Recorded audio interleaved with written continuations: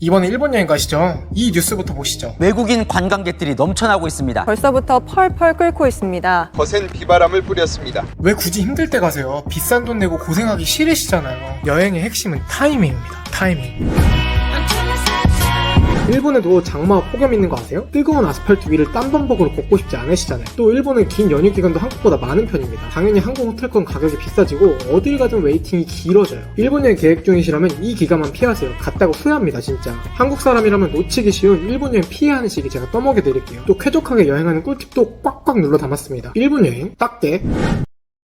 일본 여행이 힘든 시기는 크게 두 가지 이유가 있습니다. 첫 번째로 날씨가 별로이거나 두 번째로 일본 연휴 시즌이거나. 자, 근데 날씨 문제는 한국이랑 비슷해요. 그래서 예상이 쉬운데 일본 연휴는 한국 사람들이 특히 놓치기 쉽습니다. 일본 여행이 힘든 시기를 1월부터 순서대로 짚어드릴게요.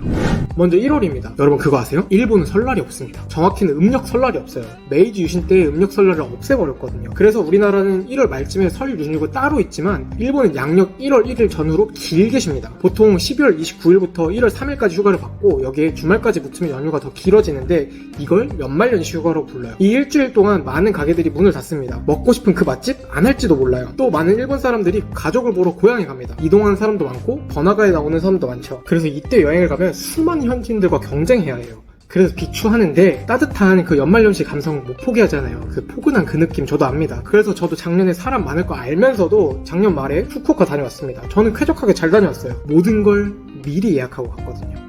다른 연휴 시간도 마찬가지인데 사람 많은 시기에 여행하실 계획이면 반드시 미리 계획하고 여행하십시오.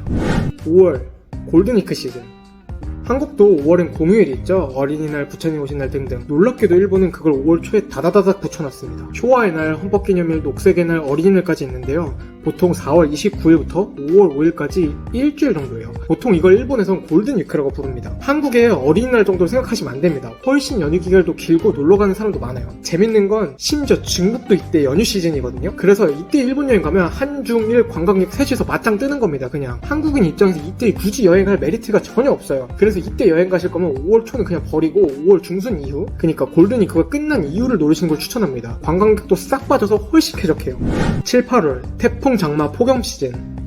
일본에도 태풍, 장마, 폭염이 옵니다. 태풍이 태평양 서쪽에서부터 오는 거 아세요? 당연히 더 가까운 일본이 한국보다 태풍 피해가 심합니다. 특히 태풍을 가장 먼저 맞는 남쪽 지방일수록 피해가 큰데 이쪽에 한국인들 많이 가는 후쿠오카, 오사카 딱 걸려요. 또 태풍이 끝나면 장마와 폭염이 오죠. 일본의 장마는 한국보다 빨리 시작해서 늦게 끝납니다. 당연히 장마 기간 내내 습하고 끈적끈적 거려요. 근데 그거는 한국도 마찬가지 아님? 이라고 생각하시면 이 지도를 보시죠. 기본적으로 일본 주요 도시가 한국 주요 도시보다 남쪽에 있어요. 우리나라 서울을 일본에 가져다 놓으면 이 정도로 북쪽에 있습니다. 그 얘기는 무슨 뜻이냐? 한국도 덥고 습하죠. 거기서 기온을 2도 정도 올리면 일본이 됩니다. 섬나라라서 습도 높은 것도 당연하고요. 당연히 주요 도시인 교토, 도쿄, 오사카, 후쿠오카 다 여름 내내 폭염에 시달립니다. 도쿄 올림픽 때는 이것 때문에 경기 장소를 통째로 바꿀 정도였어요. 습기와 폭염 더 이상 설명 안 해도 괜찮겠죠? 8월 중순에는 일본의 연휴인 오본이 있습니다. 우리나라는 추석이 9월에 있죠? 이걸 한 달 정도 당겨서 8월 중순에 논다고 생각하면 편합니다. 오본은 8월 13일부터 8월 16일까지인데요. 주말이랑 다른 휴가 기간까지 붙이면 대략 일주일 정도 됩니다. 여기엔 또 일본 학생들 여름방학까지 겹쳐져 있죠. 그래서 이때 일본을 가면 여름 휴가 나온 일본 직장인들, 방학에 놀러 나온 일본 학생들이랑 경쟁해야 돼요. 자, 문제는 근데 우리나라도 이때 여름 휴가 기간이라는 거죠. 그래서 이때 꼭 휴가를 써서 일본을 가보겠다고 하시면 북쪽에 있는 시원한 삿포로를 추천드립니다. 여기는 7, 8월에 가도 25도 정도로 산뜻한 날씨예요. 여름에 가시면 이렇게 예쁜 라벤더도 볼 수 있어요. 만약에 나는 때려 죽여도 7, 8월에 도쿄, 후쿠오카 이런 주요 도시에 가고 싶다고 생각하시면 반드시 실내 위주로 여행을 계획하시고 동선을 짧게 계획하세요. 안 그래도 도쿄 지하철 어렵습니다. 한여름에 땀 뻘뻘 흘리면서 오래 걸으면 진짜 개빡쳐요. 짧은 동선과 실내 여행지가 여러분을 구원해 줄 겁니다.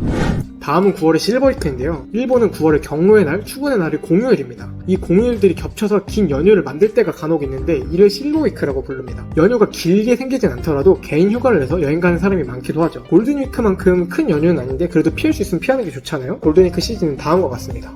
자, 여기까지가 일본 여행을 힘들게 하는 시기였습니다. 연휴 기간을 슬쩍 피하고 정 안되면 미리미리 예약하고 더울 때는 짧게 동선 잡으시면 힘든 시기에도 재밌게 여행하실 수 있을 거예요. 사실 제 여자친구는 일본 깡촌 출신인데요. 그렇다 보니 저는 제가 가지 말라고 한 폭염 기간, 연휴 기간에도 일본에 있었습니다. 사실 같이 간 사람이 좋으면 연휴고 폭염이고 상관없이 재밌습니다. 앞으로도 여자친구랑 잘 먹고 잘 살려고 일본 유튜브도 시작한 거거든요. 더 많은 일본 관련 컨텐츠 보고 싶으시면 구독과 좋아요 부탁드리겠습니다. 도쿄상어였습니다. 필승!